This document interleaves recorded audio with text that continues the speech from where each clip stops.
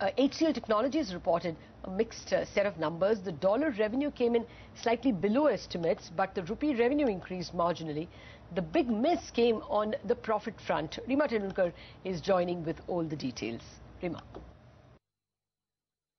HCL Technologies Q1 FY16 missed moderate expectations, so the company only delivered a dollar revenue growth of 0.5%, a constant currency growth of 1.2% lower than consensus expectations by nearly 50 basis points, and also missing what peers had reported. Remember, this quarter the expectations were toned down because the company had come out with a profit warning on the 30th of September, saying that numbers will be hit on account of a provision, a client-specific factor, some revenue skewness in infrastructure management services. Margins have come in at 20.5%. But if you include the provision hit of $18 million at the operating level, then you get margins of 19.4, 19.5%, and that was what the street was anticipating. So margins net-net are in line with expectations. Profits have declined by 3.2% on a quarter-on-quarter basis at 1726 crore.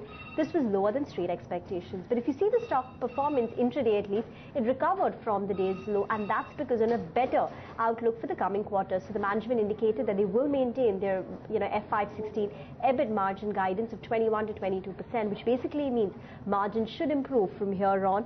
They told us that the order book is 10% higher than the ever before, and apart from seasonality, it's only the softness in India which doesn't contribute too much, which will affect them in the coming few quarters. And this is different, at least this is at odds compared to what peers reported when they had cautioned about a softer second half of the fiscal year.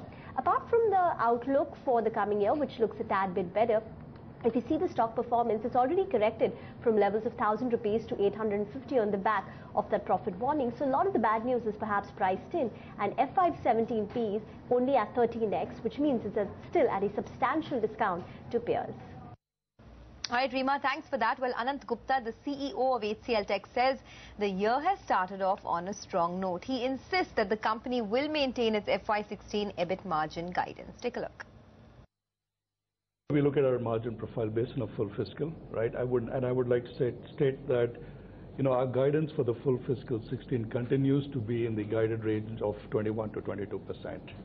If you look at this is the first quarter for our fiscal 16, and I believe we've started out a very strong footing. We grew by 13.5% on a constant currency basis Y&Y, so which is very strong for us. If you look at our order book, that also is about 10% higher than what we have previously seen. Okay.